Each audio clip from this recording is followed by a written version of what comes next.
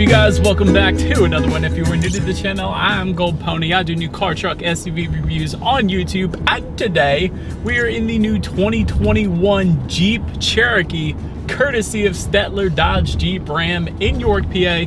For more information on their inventory, please feel free to check out the link in the description box below. And so wanted to hop in this one today. This is a very off-road capable SUV for it not being the Wrangler, of course. Also new standard safety features for 2021. Also new standard features in general for 2021 as well. So having said all that, what do you guys say? Let's just go ahead and jump right into it. And as always, let's start with pricing. And so there will be a ton of different trim levels for the 2021 Jeep Cherokee.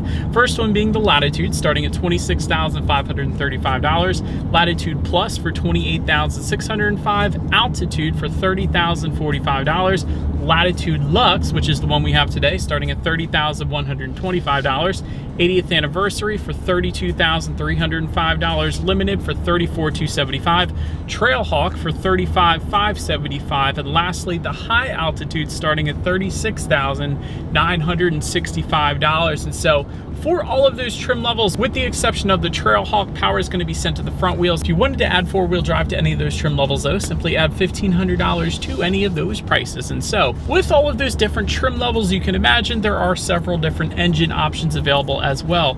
First one being a 2.4 liter direct injected inline four-cylinder belonging to the Latitude, Latitude Plus, and Altitude. This one puts out 180 horsepower at 6,400 RPM, 170 pound-feet of torque sent to front wheels or all wheels through a 9-speed automatic, giving you MPG numbers coming in at 22 in the city, 31 on the highway, taking regular unleaded fuel. But so then there is the second engine configuration belonging to the Latitude Lux, Limited, and Trailhawk.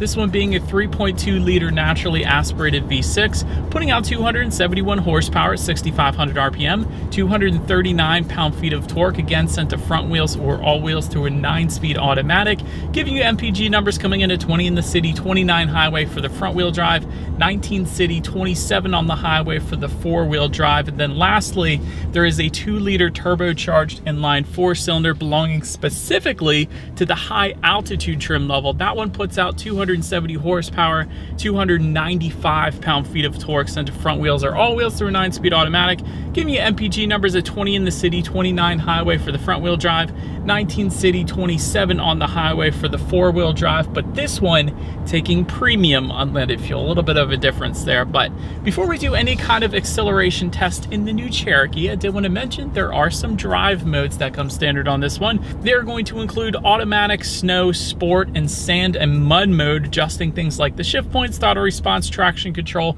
and actually the torque distribution as well. I found that pretty cool. You don't usually see that when it comes to drive mode, so wanted to specify it. But so now, having touched on all of those, what do you guys say? Let's go ahead and put it in sport mode here. Just going to turn this dial here to the right. The dial is located just in front of the shifter to adjust those drive modes.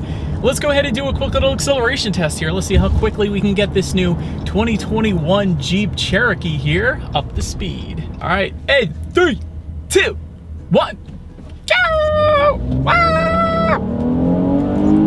Yeah, buddy. Dang. All right, so we got the V6, but yeah, that's plenty of acceleration. Most definitely not going to have any issues merging onto the highway for what this SUV is. I really didn't expect that much, but yeah, that kind of was a lot more than I thought. So plenty of acceleration here in the Cherokee. Love that. But to go along with that acceleration, as always, braking is equally important. And so up front, you're going to find 13-inch ventilated front discs. In the back, 12.6-inch solid rear discs. As far as that 60 to 0 stopping distance goes, that comes in at 124 feet, which is pretty much right on par for the course. It's not great, but it's not horrible either. It's pretty average, so nothing wrong with that. But as far as the braking feel goes, it's been absolutely fine for me today. I feel like you do have to push in a little bit more to get it to stop. But as far as stopping power goes, though, it really doesn't make a difference there. It's just a little bit different of a feel than most other SUVs out there, I will say that. Then touching on suspension and handling, you will find a four-wheel independent suspension for the Cherokee, front and rear stabilizer bars. Then I also mention if you were to go with that Trailhawk trim level, you will also get an off-road raised suspension, so a little extra ride height for off-roading, I suppose. It makes sense for the Trailhawk. Also a locking rear differential for even better off-road capabilities with that particular trim. Overall though, as far as ride quality goes, I've had absolutely no issues here in my 2021 Cherokee that I have here today. And actually say it's a little above average when it comes to ride quality. I actually do really like it, so no issues there for me. As far as steering feel goes, that is actually excellent. I really think Jeep nailed it with the steering feel on the Cherokee. It's not too heavy, but it's most definitely not on the loose side either. Really, it's absolutely perfect. It's definitely leaning towards the heavier side of things, which I personally love. Maybe that's why I really like it, but I don't know. And as far as the 10-2 grips go, it is a thicker steering wheel as well. Maybe that's kind of Jeep's off-road nature, but I do like that the grips aren't as wimpy as some other SUVs in this class, so that's well done as well. And as far as cabin noise goes, it's perfectly fine. Again, no issues with any exterior wind noise coming into the cabin through the doors or anything like that. So really, cabin noise is very on point as well. But then touching on visibility, I can see perfectly fine out the back. And when it comes to those second row headrests, they are very much so pushed to the side. So I do like that. That doesn't hinder visibility as much as some of the other SUVs that I've tested recently. So visibility is right on point there as well. And I did want to also mention rain sensing windshield wipers come standard on every single trim level. You almost never see that, to be quite honest. Usually it's on upper trim levels if it's offered at all, but every single trim level of the Cherokee is going to get those automatic windshield wipers. So it's just one less thing you got to worry about, kind of like automatic headlights. I absolutely love that. And again, you don't usually see that, so that's why I'm emphasizing it. But that about rounds out the performance segment of this review, you guys. Let's now go ahead and take a look at the exterior of this brand new 2021 Jeep Cherokee. All right, so here she is, you guys, the new 2021 Jeep Cherokee. Definitely a nice look to it, I will say that. Let's go ahead and start up front on this one. Of course, up front you will find that signature Jeep front grille, and by the way, that front grille will differ amongst the trim levels slightly. For example, chrome grille surrounds are going to come with the Latitude, Latitude Plus, and the Latitude Luxe actually, and then gloss black grille surrounds coming with the Altitude, and granite crystal grille surrounds coming with the High Altitude. So ever so slight difference between the trims there. Did want to also mention, when it comes to that Trailhawk, you will find matte black hood accents as well as some red front tow hooks as well if you were to go with that trim level. To the sides, LED headlights do actually come standard on every single trim level. Well done, Jeep, for that little extra illumination at night there. They do of course come with the automatic feature, meaning when it starts to get dark out at night, they will turn on automatically for you there. And you do actually get LED daytime running lights as well. It's a very nice setup when it comes to the headlights up front there. LED fog lights are going to come then with the Latitude Plus trim level and up if you wanted to go that route. So then making our way to the side of the Cherokee, roof rails do come standard on every single trim level, and they are going to be either silver or black depending upon the trim level. You guys are looking at the silver of course right now, so another little difference there. Rear privacy glass coming standard across the board. Also silver or black window surrounds dependent upon the trim, tying together with the roof rails of course. When it comes to the side mirrors, they are body colored power adjustable side mirrors. They will be heated for all trims as well, with integrated turn signals actually. Then looking down at the front doors, you of course do have that Cherokee lettering found on the bottom portion of the front doors. That looks good. And take a look down at the wheel setup then. They are going to differ once again. 17-inch aluminum alloys coming with the Latitude, Latitude Plus, and Latitude Luxe. Then 18-inch black aluminum alloys for the Altitude, 18-inch aluminum alloys once again for the Limited, 17-inch unique alloys for the Trailhawk, and lastly 19-inch aluminum alloys for the High Altitude. But now let's go ahead and make our way to the back of this one. But so now, since we are around back, there is a rear spoiler with an integrated brake light. Just below that, rear window wiper, LED taillights once again coming standard on every single trim level. Gotta love that. There's some trim level badging of course on the bottom right hand portion of that rear lift gate, and actually just below it all, dual exhaust outlets with chrome tips. Gotta love that look. But anyways, I do believe you guys know what we have to do next. As always, here is that exhaust clip.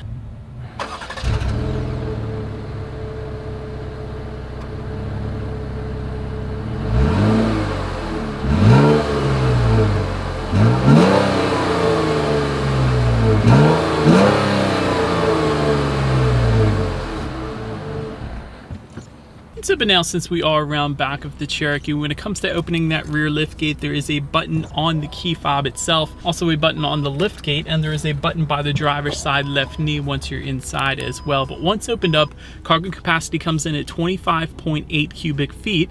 If that was not enough space, there is a 60-40 split, meaning the rear seats do fold down, bumping that up to 54.7 cubic feet then. And then also in that cargo area, there are 4 cargo tie-down hooks. There are a couple grocery hooks as well. If you were to open up that cargo floor, you are going to find a spare tire with actually a good bit of extra space surrounding it. So if you did want to hide something back there, there really is plenty of space to put something back there, like a tire inflator kit or something like that. Also a 12-volt power outlet back there in the cargo area as well. But then making our way to the rear legroom, that comes in at 40.3 inches. So for reference, I'm an even 6 feet tall. This is how much space I had back there. A decent amount of space actually back there.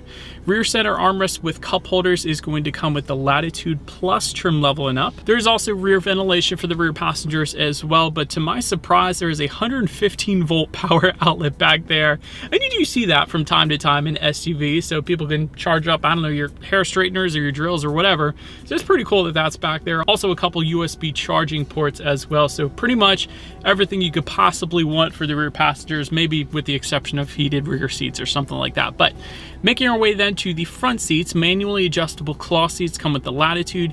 8-way power driver seat comes with the Latitude Plus trim level and up, and those front seats then are going to be heated as well. Latitude Lux trim level and up adds to that leather seating. Then Trailhawk is going to give you a cloth vinyl seating combination, but overall when it comes to seat comfort, definitely plenty comfy. That was one of the things I first noticed when I hopped in the Cherokee here. Seats are really quite comfortable for long road trips, things like that. So I did like that. Then take a look at the steering wheel. Again, it is tilt and telescoping. It is leather wrapped for the Latitude Plus trim level and up. Otherwise, it's urethane.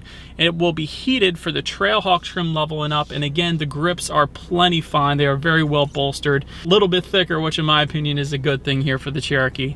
Then make our way to the startup. Let me first start by showing you guys the key here. You can find your Jeep logo on the one side. Then when you flip it over, lock, unlock the button, pop the rear hatch, and the ×2 button in the middle there, that is actually going to be your remote start, which comes standard on the Latitude Plus trim level and up. And again, with that same trim level, you're also going to get a keyless entry with push button start. So all I'm going to do is simply put my foot to the brake and press that engine start button located just by the driver's right knee there. And so, but then once started up, there is a black tan combination to the gauges, which I kind of like because you don't really see it that much. So that's nice. Tachometer all the way to the left, speedometer to the right. There is a fairly large digital display front and center, which can be controlled by using the steering wheel mounted controls on the left side, pretty much like all other Jeep and Dodge products, really. And of course, you could check out a bunch of different things. You could display a digital speedometer up there if you wanted to, average miles per gallon at any given time, how many miles you have left until you hit empty. There's your radio settings up there, Bluetooth information, safety information, the list goes on, but really a ton of information that can be used up there. So, and make our way to overall interior quality. A panoramic sunroof is going to come on the limited and high altitude trims, and it will be available actually on all other trim levels but the Latitude. So it is still there for you if you didn't go with one of those two trims if you wanted it.